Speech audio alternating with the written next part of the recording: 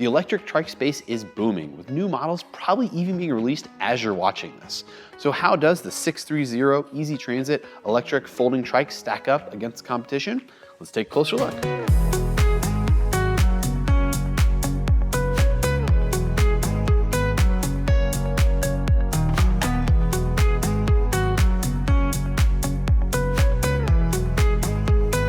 Hey everyone, I'm JT from Ebike Escape, and before we take a closer look at the 630 Easy Transit's components, give its legs a stretch up our hill climb test, and highlight some of the strong and weak points of this trike, I just want to ask everyone a couple quick favors. First one, in typical YouTube fashion, I want to ask everyone out there to subscribe. It is a free and easy way to help support us here at Ebike Escape. And another way you can show support for us here at Ebike Escape is if you are looking to purchase an electric trike or electric bike for that matter, please consider doing so after clicking any of the links down in the description. Making a purchase after clicking those links is a free and easy way to help support Ryan and I here at Ebike Escape. Also, thank you everyone out there that has shown support via that way. Ryan and I cannot ask for a better job to do on the weekends. Thank you guys so much for that. So starting out, who is 630? 630 is a company that is based out of California. They started with making just typical beach cruisers, then they started making electric beach cruisers, and now they've kind of stemmed and extended into the world of electric trikes. And some of those trikes that they have released recently are fairly unique. Starting out with the Easy Transit here in front of me, has some very small 16-inch wheels, but they also have what I like to call the reverse trike, whereas they take the two wheels from the back, put them in the front. Let us know down in the comments if you want to see us review that trike next. I'm very interested to see how that one will handle. Now, the Easy Transit trike here comes in at $14.99. Be sure to check the link in the description for the best current pricing, as it does occasionally go on sale. It is available in only this cream color, and it comes outfitted as you see here with the front and rear baskets for that $14.99 price point. Now, besides the styling and accessories that this trike comes with, another key feature that I think a lot of people out there are going to be interested in is going to be this extremely low step over height along with this very wide open frame. This is listed as a 13.5-inch step over height, which means that you really don't have to get your knee past 90 degrees to get on it, or at least in my case. I've got short legs, so I imagine that's going to be for most people. Now, along with my leg size there, I am a 5'7" rider, and I fit on this trike very nicely here. Go and hop up on. Now, the height range for this trike is listed as 4'6" all the way up to 6'5". And one of the ways that this trike is able to reach those low and high heights is that you get a adjustable stem up here, as well as a telescoping seat post, which means you have 2 points of height adjustment here.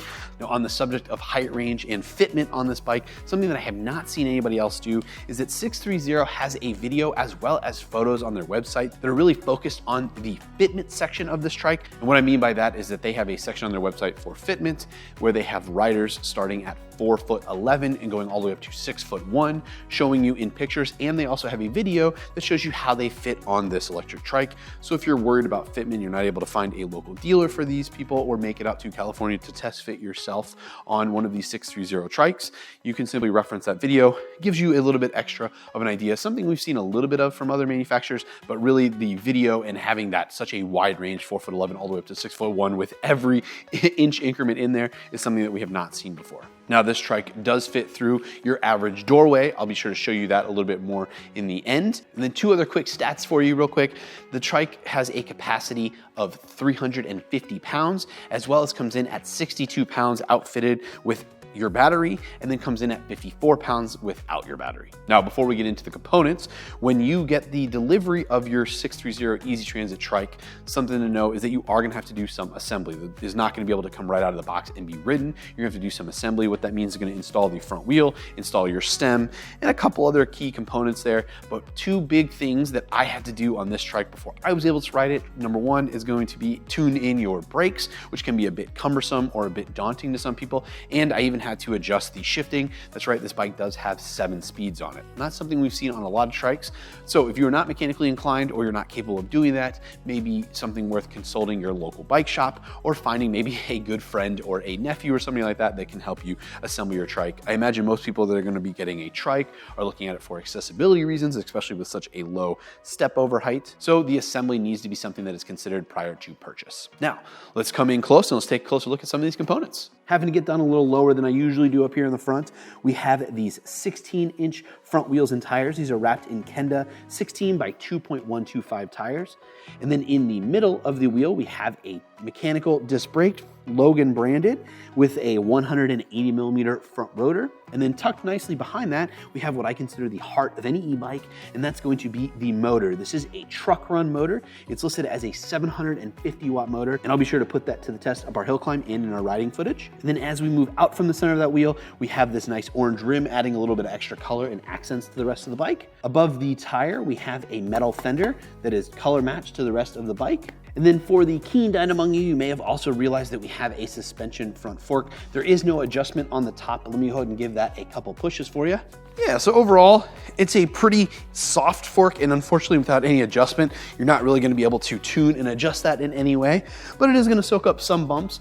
I'll be sure to talk about how it handles our gravel pass when I'm doing our first-person riding footage. As we move up the fork here, we have this LED front headlight, nicely tucked underneath the basket. And then above that LED front headlight, we have this nice paint-matched front basket. It matches the rest of the bike nicely. But one thing I did want to call out about this basket is that the bracketry holding it on is not super robust. You will not be able to put a lot of weight in it, but it is nice that it is included and paint-matched. Here's a close look at this 6.3 badge here on the front. Nicely accents the rest of the bike. Here we have a look at the folding stem. The wires run up nicely and are wrapped on both sides of it. As we come up into the cockpit, first thing we're greeted with are these Wuxing, sorry if I butchered that, mechanical disc brake levers. They are matching on both sides, and I say matching because that means that they both have parking brakes, so you can lock both the front and rear brake for maybe easier getting on and off. We have these fairly nice faux leather tan grips. They are non-locking, but they don't really move very easily. So they kind of go along with the styling of the bike, as we also have this nice, fairly plush tan leather seat here. Very soft, no backrest, but that is an optional accessory that you can purchase aftermarket from 630 if you're interested. Here's a look at the controls on the left-hand side. You notice over here on the left, we have our underhanded thumb throttle, a little bit different of a thumb throttle than we typically see. Then we have the 3 buttons for the controls. And then you will also notice that I skipped over this little red switch here. This is listed as D and R. D in my mind means drive, and then R is for reverse. That's right, this trike has reverse. It is a slow speed reverse. And then over here on the right-hand side, we have the standard 7-speed SIS index from Shimano. This is a overhand thumb shifter. Now, very quickly, before I talk about that nice center mounted display, I want to talk about these handlebars. These are very nice BMX style handlebars where they're very upright. The only thing I don't like about them is that they're missing the cross top bar here. So they do have a little bit of play right and left if you're maybe pushing on them or leaning on them, but they are super nice, put you in a very nice upright, relaxed seating position. Helps take a lot of pressure maybe off your wrist if you have any of those sensitive joints. And coming back into the middle, we have that, like I said, nicely center mounted display. Starting on the left-hand side here, we have the pedal assist level. It's gonna be 0 all the way up to 5. Then we have DST, and that's gonna be your distance that you have traveled. And if you simply cycle the power button here, you'll notice some of the metrics here on the screen will change. Then we jump to an odometer and voltage down there at the bottom, current voltage within the battery. On the right-hand side here, we have the temperature, and then above that, we have our miles per hour located right here. And as I was pushing that power button, you may have noticed that it changes to average speed and max speed. And on the right-hand side here, we have motor. This is the current wattage output of the motor, which is nice to be able to reference if you're trying to see if you're really getting all of it out of the motor that you can't. And then on the top here of the display, we have our battery in bar. We have whether our headlight is on or off. We can simply turn that off by holding the up button. And then located just next to that, we have the time, and that's the time that the bike has been on. And then if you saw it as well, when I pulled the brake lever, you get that nice warning sign right there that your brake lever is on. So maybe if you're accidentally have a parking brake engaged and your bike is not moving, you can remember that, oh, there's that display, my brakes are on. And one other thing that you can do, you will notice the display is now showing all zeros, and your average speed and max speed has been reset, as well as your current distance that you've traveled. You can do that by simply holding the up and down buttons at the same time. Those numbers will flash, simply push the power button, they will reset. Overall, it's a very basic display, but it's nicely mounted right in the center and is very easy to read in direct sunlight. The wires go nicely into the frame here on this down tube. We have nice orange 630 branding on the front here as well to kind of tie in with the rims. We have these generic metal pedals here, as well as we have the battery tucked into the rear of the frame here, which we will go ahead and pull out towards the end of this walk around. Now, as we come around to the back of the bike, unfortunately, a lot of things are covered, but fortunately enough, it is covered by this really nice and useful basket with lid that is paint matched to the rest of the bike. But tucked underneath the rear basket here, we have the 7-speed drivetrain as well as a mechanical disc brake. And then we also have our axle, which is solid, connects both rear wheels. Now, one thing about the rear axle that I want to talk about quickly is if you pick up the rear wheel, this inside wheel here on the driver's side here is free spinning, so you can simply spin that forward and back without any issue. Whereas on the right side or the passenger side here, this is gonna be the wheel that your actual pedals are gonna be connected to. So if you pedal that forward or backwards, that's what's actually going to move. So you simply have a dead wheel over here on the left. We have seen this on other trikes, but also worth noting is that that rear brake, when it is only a single rear caliper, is technically only slowing down this right side outer wheel. On the back of the bike, we have this battery operated rear tail light. You simply have a button on the bottom to turn it on or off. It is not connected to the bike in any other way. And then also worth noting here on these rear wheels is we have metal fenders. We also have these nice thick metal bars that go around the outside. Really helps you from maybe bashing them or banging them into things. Adds a little bit of extra protection. They're bolted in here to the rear frame. Now, getting down nice, really low, like I said, that rear basket makes it hard to show anything. We have a turning 7-speed rear derailleur tucked underneath here. You might have to take my word for some of this. Then above that, we have a 14 to 28 tooth rear freewheel.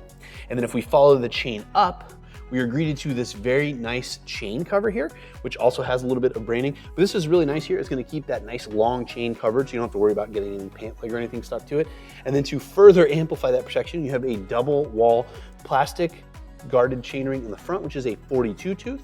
And then as I kind of showed off before, we have this nice tan, very soft seat up here. And then tucked nicely behind the seat, we have the battery. Let me go ahead and pull that out for you. All right, to remove the battery, you're gonna need your keys. Now you are only gonna need these keys to remove the battery. They do not operate the battery in any other way. They go in on the driver's side here.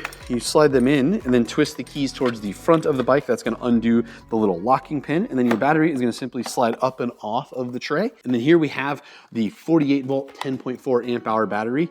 Very average size battery. We've seen bigger and we've seen smaller. This is pretty much the standard or really the smallest size we typically see nowadays.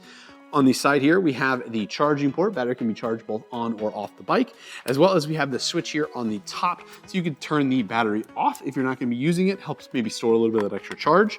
And then on the back here, we have this 4 LED battery gauge level. And you can also tell if your battery is on or off by pushing that button. If those do not illuminate, then your battery is off. And then here's a look at the lock system on the side over here.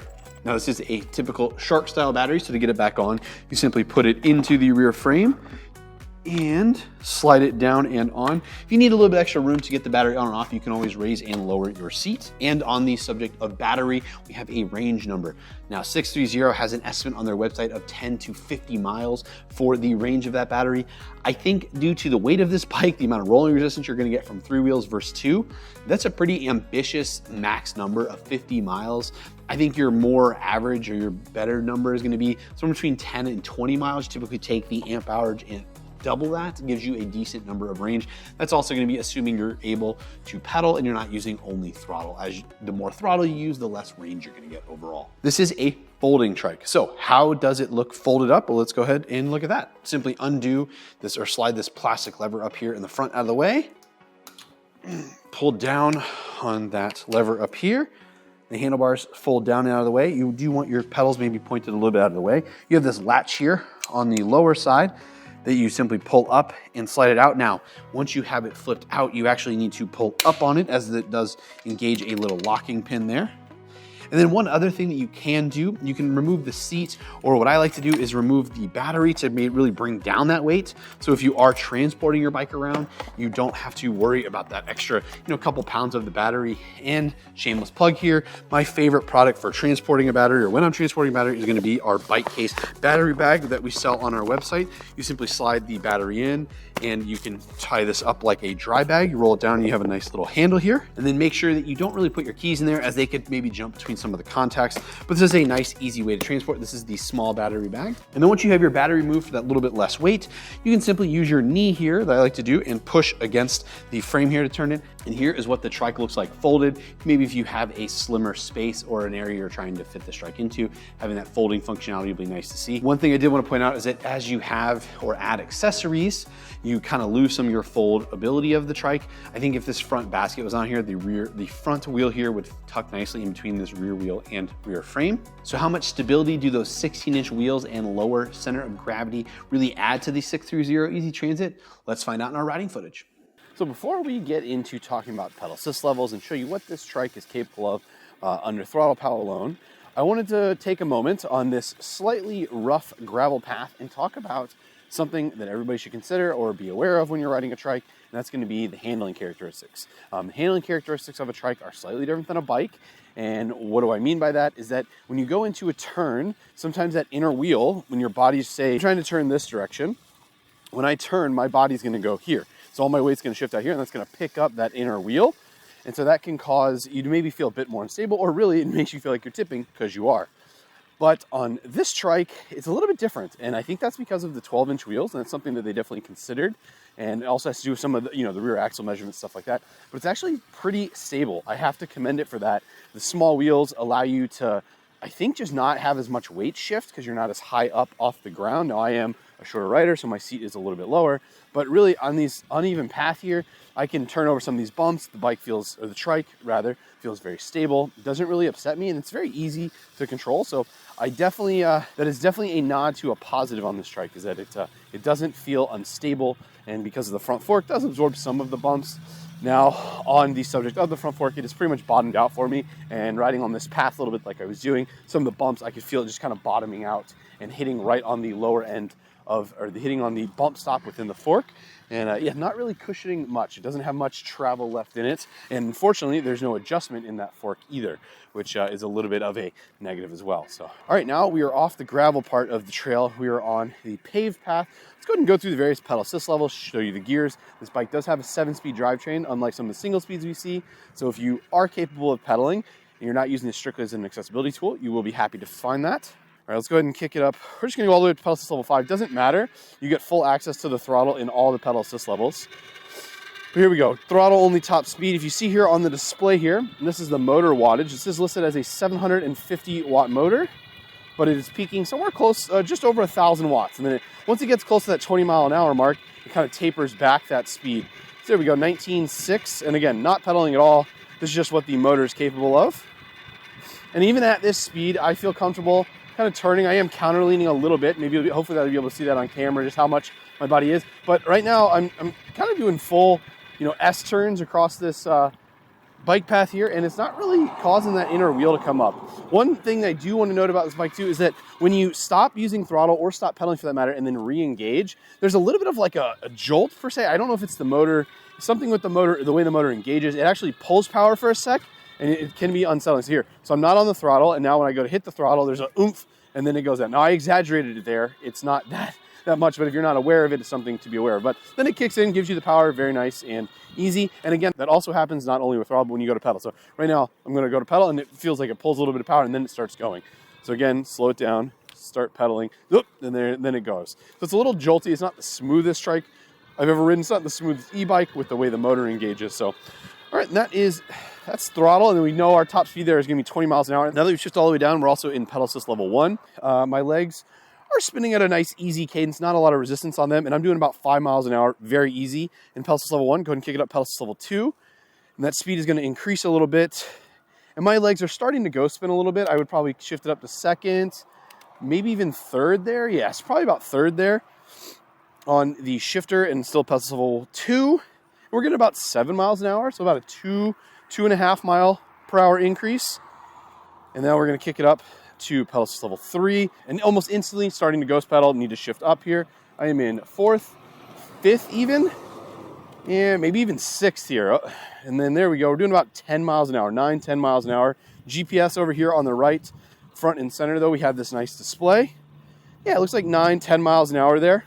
There you go, GPS and display are in sync here. All right, there we go. Shifted up, pedal assist level 4. Looks like 11-12 miles an hour. Again, immediately starting to ghost pedal here. I would have to shift up to 7th, and I am still ghost pedaling, even with me being in that higher gear. So okay, here we go. Right across that bump there, there's a little bit of dips there for water, like drainage coming across that path, and you can just feel the fork just kind of dunk, dunk, just bottoming out. So unfortunately, you're at the limit of the travel. So it's nice that there is a front fork on the front of this bike, and it's going to soak up some bumps, but it is still not going to have a lot of travel. So I'm a 225-pound rider, and that fork is at its limit per se, all the way down. So, but again, back pedal assist level 4, doing about 12, 13 miles an hour here, and like I said, no resistance on my legs at this point. I am in the highest gear I can on the shifter.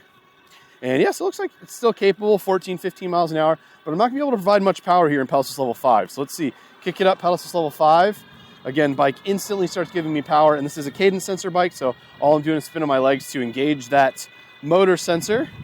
And it looks like, yeah, 19.6. So the bike was giving me 1,000 watts, and then once it got up to that higher speed, it starts to back down that power. So now it looks like it's holding at about 800 watts to maintain there. Now let me see if I pedal a little bit faster. Okay, there we go. I'm kind of, as I like to call it, Wicked Witch of the West here pedaling, and I'm doing about 20.3. Yeah, and that motor power is dropping down to about 500 watts.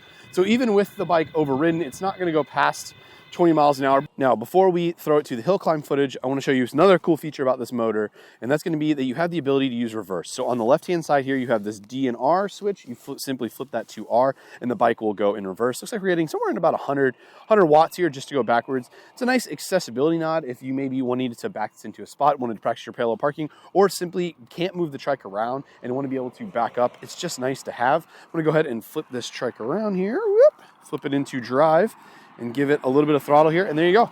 Simple flip of the switch, and now you are back going forward. Definitely a nice feature. We've seen that on maybe one other trike before. That's going to be the Rad trike. Not to say it doesn't exist on other ones. That just happens to be one of the trikes that we have definitely seen that feature on before. And it was a pretty cool feature then. Ryan and I definitely enjoyed that feature, and knowing that some people out there may need that function for accessibility, it's very cool that that is on this trike. All right, now let's go ahead and see what this motor is capable of up our hill climb test. All right, here we are at the hill climb test.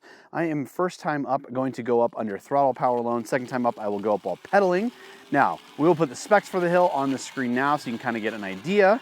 But man, this motor, a little bit of a spoiler, testing it out on a little hill between here and home. And it's very powerful. I mean, but we are getting 1,000 watts. And this battery also was not fully charged. It was really, really close, but I used up some of the battery on my way here. So don't mind the battery bar here, because we're still getting 1,000 watts, and we're doing, I don't know, 10, 11 miles an hour here getting up this hill. Very, very little issue. I did forget my cell phone to verify GPS speed, but as we know from the riding footage, it is pretty spot on. So again, yeah, 9 miles an hour here was our minimum speed, and that was about the steepest part there. So it dropped from like 10, 11 miles an hour down to 9, and it made it up there absolutely no problem. So let's go ahead, we're gonna loop it around here. Oh, here, on our way down here, I did wanna show you this. We're gonna test out the brakes. Get up to about 15, 20 miles an hour here, and just kind of sit on the brakes here. And I'm trying to apply it gradually so that I don't lock up the rear wheel, as we are only getting brakes to the outer right wheel, and then of course the front wheel. And this bike has no problem. So as I always say, it's not the first time, it's the second time. Tells you how good the brakes are. There we go, almost no hesitation there getting slowed down. And again, using throttle, kind of get back started, and we'll stop one more time here, 20 miles an hour, and there we go. You heard the rear wheel screech a little bit more there. The brakes got stronger every single time as they get heat in them, and as the pad material transfers over, they kind of bed themselves in. So here we go. We are back at the bottom of the hill. Going to turn around, and we're going to go ahead and start pedaling up. Now, I'm going to go ahead and shift all the way down to 1 and stop here at the bottom. And we'll go ahead and take off here in first gear. And let's see, we're getting about 35, 40 watts, getting up to about 4 or 5 miles an hour. One thing I did notice on this when I was riding here, and also again, like I said, testing it out on the hill, is that the wattage is capped per pedal assist level. So here we go, pedal assist level 1, I'm getting about 50, 60 watts, and I am in gear 1. I would definitely need to shift up here in the pedal assist levels to get a little bit more wattage, a little bit more tension on my legs than I would like, getting about 150 watts, still doing about that 4 or 5 miles an hour. Pedal assist level 3, again, it's kicking up the wattage I'm getting every single time. Those are getting about 300 watts, still maintaining that 4 or 5 miles an hour. A little easier on my legs now, but I would probably kick it up pedal assist level 4. That's a pretty good amount of pressure there. Not too much pressure on my legs. And I'm getting about 400 watts, but I'm all the way up in pedal level 4 in gear 1 on the shifter. And yeah, like I said, 6 miles an hour to get me up, no problem. I could just hunker in here and pedal on up it, save a little bit of battery. But we kick it up, pedal level 5. There we go. We jump from about 450, 500 watts all the way up to 1,000, and the speed instantly kicks up. I'm instantly ghost pedaling. Got to shift up 2nd, 3rd, 4th, 5th there. Starting to feel a little resistant. 6th, a little bit more. 7th, even a little bit more. So I'd probably stay at about, I don't know, somewhere in the 5, 6 range to get up this hill. And here we go, 11 miles an hour, high 11. There we go, almost 12 miles an hour, probably getting up that hill while pedaling alone. So very capable motor. So that pretty much wraps up hill climb test riding footage. And now you know what components are on this bike.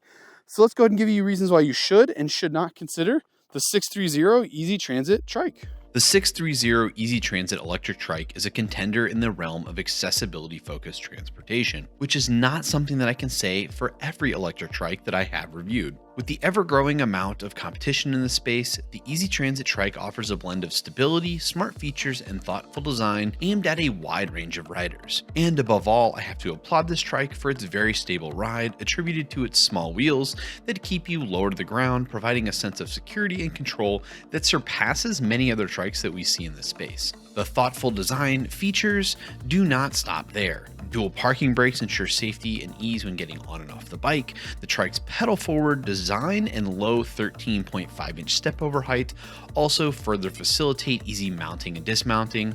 Aiding also in the safety and ease department, there is also the simple and easy-to-read display and high-rise handlebars that are designed with rider comfort really in mind. 630's dedication to accessibility is even further highlighted by its detailed fitment guide, which depicts riders from 4'11" all the way up to 6'1" and just how they fit on the Easy Transit. This emphasis on fitment acknowledges that trikes are really an accessibility tool and gives potential riders a bit of extra confidence in their ability to find a comfortable riding experience. The Easy Transit also has a folding capability. Although not yielding the most compact folded trike that we have seen, it is at least sufficient for stowing the bike in the back of small minivans and/or SUVs. The Easy Transit comes fully accessorized with paint-matched fenders and baskets on both the front and rear, which all enhance its practicality for everyday use. The inclusion of a reverse functionality adds an extra layer of convenience, setting this model apart from many of its competition. This is achieved thanks to that front-wheel drive motor. And unlike some other trike competitors, 630 is a US-based company, which gives you the benefits of having a better post-purchase support system. Now, if you do have any experience with 630 support, please let us know down in the comments below. It'll not only help us, but also other potential customers. But like all e-bikes and trikes that we review, there do tend to be some trade-offs and things that you should consider versus other models that are offered. Starting with the Easy Transit, we have to talk about the assembly.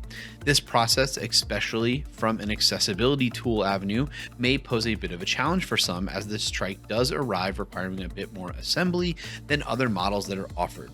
You also did have to do a bit of tuning of the brakes and shifting, and this is a stark comparison to some other models and offerings out there that arrive to you really ready to ride out of the box. The Easy Transit Trike does also boast a wide range of included features and functions, but the quality of some of these additions do leave a bit to be desired. Take the front fork, for example. It pretty much was bottomed out the entire time I was riding it and offered really no adjustability. Additionally, there is also a smaller battery capacity. Although not outside the range of what we typically see, it is on the small end at just 10.4 amp hours, something that you should especially be aware of if you're not able to ride a lot of your own power. Now, something else small but caused me a decent bit of frustration was a difficulty I had with inflating the front wheel using a standard bike pump, necessitating some ingenuity to solve this. Not really a big issue, but something that I'd call a bit of a design oversight. And lastly, something that may not be a deal breaker for all users is the display's lack of adjustability and tuning for various settings and/or speed limits.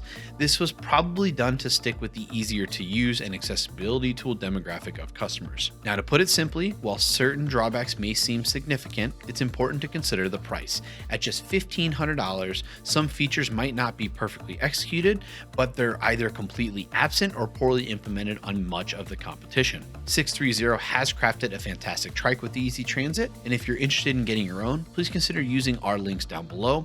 It's a simple, free way to support us here at Ebike Escape. thank you so much in advance. 630's inclusion of features aimed at enhancing riders' experience and comfort demonstrates an effort to cater to a broad spectrum of users and should definitely be commended. Electric trikes can be a very valuable tool for enhancing mobility and freedom for many. Do you think 630 did a good job with the Easy Transit?